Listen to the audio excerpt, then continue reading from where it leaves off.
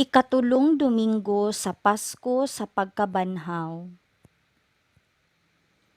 Ang ebanghelyo karong adlawa naghatag og hamubong pagtuon mahitungod sa kasangyawan. Si Jesus mihimamat sa mga tinun-an sa ilang pagpanaw ug misugod siya paghisgot kanila mahitungod sa ilang nasinati. Gitabangan sila ni Jesus sa pagsabot sa ilang kasinatian diha sa lamdag sa balaang kasulatan. Namalandong sila sa gibuhat sa Dios diha sa ilang kinabuhi. Sa katapusan, gidala sila ni Jesus sa pagpangaon ug sila nakaila kaniya diha sa iyang pagpikas-pikas sa pan. Gitawag kita sa pagsunod ni ining panig-ingnan. Mukabot kita sa walay pagpihig sa kaliwat, sa klase o sa laing mga pagkabahin-bahin. Himamato nato ang mga tawo sa ilang dapit, kuyog nga magpanaw uban kanila pinaagi sa mga hagit sa kinabuhi, mupaambit kanilag mga salabutan gikan sa balaang kasulatan ug sa mga gipanudlo sa simbahan. Magtabang kanila nga makaamgo sa buhat sa Dios diha sa ilang kinabuhi. Malaumon nga mahiusa sila kang Kristo diha sa iyang lawas, ang simbahan, alirong sa Eukaristikanhong talad kan-anan. Pamalandong. Sa akong pagkabinunyagan, gitawag usab ako sa pagsalmot sa misyon sa simbahan sa pagsangyaw sa maayong balita. Ug mahimo nako kini diha sa akong pamilya, sa akong buhatan, sa akong kasilinganan ug sa among parokya. Unsaon? Pinaagi sa akong pulong ug buhat. Buot ba akong mutubag ug mutuman niining maong tawag? Pagbasa gikan sa mga buhat sa mga apostoles. Unya, mitindog si Pedro uban sa napulog usa ka apostoles ug sa makusog nga tingog miingon kanila.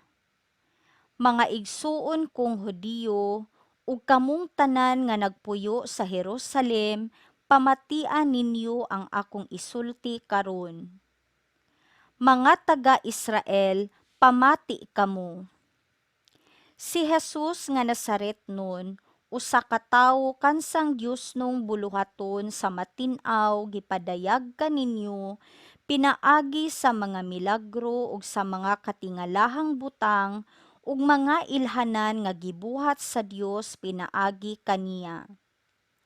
Kamo mismo nasayod niini, kay dinhi man kini mahitabo. Ang Dios, sumala sa kaugalingon niyang laraw ug pagbuot, mitugyan kang Jesus nganha kaninyo, ug gipapatay ninyo siya sa mga makasasala, pinaagi sa paglansang kaniya sa krus. Apan gibanhaw siya sa Dios ug giluwas gikan sa gahom sa kamatayon, kay dili mahimo nga bilangguon siya sa kamatayon. Kay si David miingon mahitungod kaniya, nakita ko kanunay ang Ginoo sa atubangan ko, kay ania man siya sa akong tuo aron dili ako matarog. Tungod niini, masaya ang akong kasing-kasing ug ang akong mga pulong puno sa kalipay. Ug ako, bisan tuod mamatay, magmalaumon, kay dili mo biyaan ang akong kalag didto sa kalibutan sa mga patay. Dili mo itugot nga madugta ang buutan mong sulugoon. Imong gipakita kanako ang mga agianan paingon sa kinabuhi, ug pinaagi sa imong pagpakig-uban kanako, ako mapuno sa kalipay. Mga igsuon, kinahanglan isulti ko kaninyo sa matin-aw ang mahitungod kang David nga akong patriarka. Namatay siya og gilubong ug ang iyang lubnganan ania pa dinhi hangtod karon. Propeta siya ug nahibalo sa gisaad sa Dios kaniya. Nanumpa ang Dios nga himuon niyang hari ang usa sa mga kaliwat ni David, ingon nga si David hari.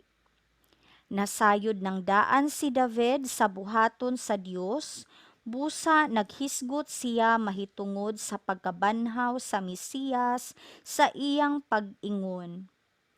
Wala siya biyae didto sa Hades, ang iyang lawas wala madugta. Ug gibanhaw sa Dios kining maong Hesus, ug kaming tanan mga saksi niini. Gituboy siya ngadto sa tuo sa Dios ug gidawat niya ang Espiritu Santo sumala sa gisaad sa iyang amahan, ug ang inyo karong nakita ug nadungog mauna ang iyang gasa nga gibubo niya kanamo. Ang pulong sa Ginoo. Salmo responsoryo. Ginoo, tudluan mo kami sa dalan sa kinabuhi. Bantayi ako o Dios kay nagadangop ako kanimo, nagaingon ako sa Ginoo, ikaw ang akong Ginoo. O Ginoo, ikaw ang akong bahin ug ang akong kupa. Ikaw mao ang nagalig-on sa akong swerte. Ginoo, tudluan mo kami sa dalan sa kinabuhi. Daygon ko ang Ginoo nga nagatambag kanako, bisan sa kagabhion nagapahimangno kanako ang akong kasing-kasing. Gibutang ko kanunay ang Ginoo sa akong atubangan, kun anaa siya sa akong tuong kamot, wala ako'y kabalak-an. Ginoo, tudluan mo kami sa dalan sa kinabuhi. Busa ang akong kasing-kasing nalipay ug ang akong kalag nagsadya, ang ako usab nga lawas nagapabilin diha sa pagsalig. Kay dili nimo biyaan ang akong kalag didto sa kahiladman, ni itugot mo nga ang imong buutang alagad mudangat sa pagkadunot. Ginoo, tudluan mo kami sa dalan sa kinabuhi. Tudluan mo ako sa dalan sa kinabuhi, ang bug-os nga kalipay diha sa imong atubangan, ang mga kalipayan diha sa imong tuong kamot hangtod sa kahangturan. Ginoo, tudluan mo kami sa dalan sa kinabuhi. Pagbasa gikan sa unang sulat ni San Pedro. Kung gitawag ninyo nga amahan ang Dios nga maghukom sa tanang mga tawo sa walay pagpinig sumala sa ilang binuhatan, tahuran ninyo siya sa tibuok ninyong kinabuhi. Kay nasayra ninyo nga ang gibayad aron pagluwas kaninyo gikan sa daotang pagkinabuhi nga inyong nasunod sa inyong mga katigulangan, dili butang nga kawad-an ug bili sama sa salapi o bulawan, kay giluwas man kamo sa bililhong dugo ni Kristo, kinsa sama sa nating karnero walay buling o mansa. Gipili siya sa Dios sa wala pa buhata ang kalibutan, ug gipadayag siya niining katapusang mga adlaw tungod kaninyo. Pinaagi kaniya nagtuo kamo sa Dios nga maoy nagbanhaw ug nagpasidungog kaniya aron ang inyong pagtuo ug paglaom adto ninyo ibutang sa Dios. Ang pulong sa Ginoo. Pagbasa gikan sa Santos nga Ebanghelyo sumala ni San Lucas. Sa maong adlaw, duha kanila naglakaw paingon sa usa ka balangay nga ginganlag Imaus, mga napulog usa ka kilometro gikan sa Jerusalem ug nagsultihanay sila mahitungod sa tanang mga butang nga nahitabo. Samtang nagsultihanay sila, miduol si Jesus ug mikuyog kanila. Nakita nila siya, apan wala sila makaila kaniya. Unya miingon si Jesus kanila, "Unsa bay inyong gipanagsultihan samtang naglakaw kamo?" Mihunong sila nga subo ug panagway. Ug ang usa kanila nga ginganlag Cleopas nangutana kaniya, "Ikaw ra bay nagpuyo sa Jerusalem nga wala mahibalo sa mga nahitabo didto niining pipila ka adlaw nga milabay?" "Unsang mga hitaboa?" nangutana siya. "Ang nahitabo kang Jesus nga Nazaretnon," mitubag sila. "Usa siya ka propeta ug giila sa Dios ug sa tanang mga tawo nga gamhanan sa pulong ug sa buhat. Ang mga kadagkuan sa mga pari ug ang mga punuan mitugyan kaniya aron silutan siya sa kamatayon ug gilansang nila siya sa krus. Naglaom unta kadto kami nga siya mao ang moluwas sa Israel. Labot pa niini, ikatulong adlaw na karon sukad kini nahitabo. Ug pipila sa mga babayi nga among mga kauban nakapakurat kanamo. Nangadlawon sila pag-adto sa lubnganan apan wala nila hikaplagi didto ang iyang lawas. Ug namalik sila ug nanugilon nga nakakita kuno silag panan-awon diin may mga anghel nga misulti kanila nga buhi siya. Ug pipila sa among mga kauban nangadto sa lubnganan ug nakaplagan nila kini sumala gayud sa gisugilon sa mga babayi apan wala sila makakita kaniya.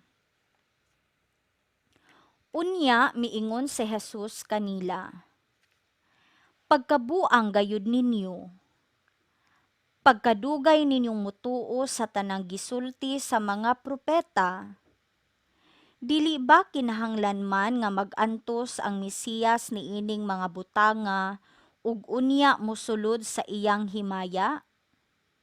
Ug gipasabot ni Jesus kanila ang gisulti mahitungod kaniya sa tibuok kasulatan sugod sa mga basahon nga gisulat ni Moises hangtod sa mga sinulat sa tanang propeta. Niadtong tungura, duol na sila sa balangay nga ilang adtuan ug nagpasabot si Jesus nga daw mopadayon lang siya sa unahan, apan gihawiran nila siya og giingnan. "Anhi lang ta mamahulay kay hapit na magabii." Busa midayon siya ug nagpabilin uban kanila. Sa ila ng pagpanihapon, mikuha siya sa pan ug gipanalangina niya kini. Unya gipikas-pikas niya ug gihatag kanila. Diha-diha nabuka ang ilang mga mata ug nakaila sila kaniya, apan nahanaw siya. Nag-ingnanay sila, "Dili ba ingon ug may kalayo nga nagdilaab sa atong kasing-kasing sa dihang nagsulti siya ug nagpatin-aw kanato sa kasulatan didto sa dalan?" Ug nanindog sila dayon ug namalik sa Jerusalem, diin hikaplagan nila ang napulog usa ka tinun-an ug ang uban pa nga nagkatigom ug nag-ingon, "Tinuod gayud nga nabanhaw ang Ginoo.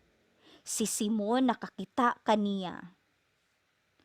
Unya gisaysay sa duha ka tawo ang nahitabo didto sa dalan ug nga nakaila sila sa Ginoo sa iyang pagpikas-pikas sa pan. Ang Ebanghelyo sa Ginoo.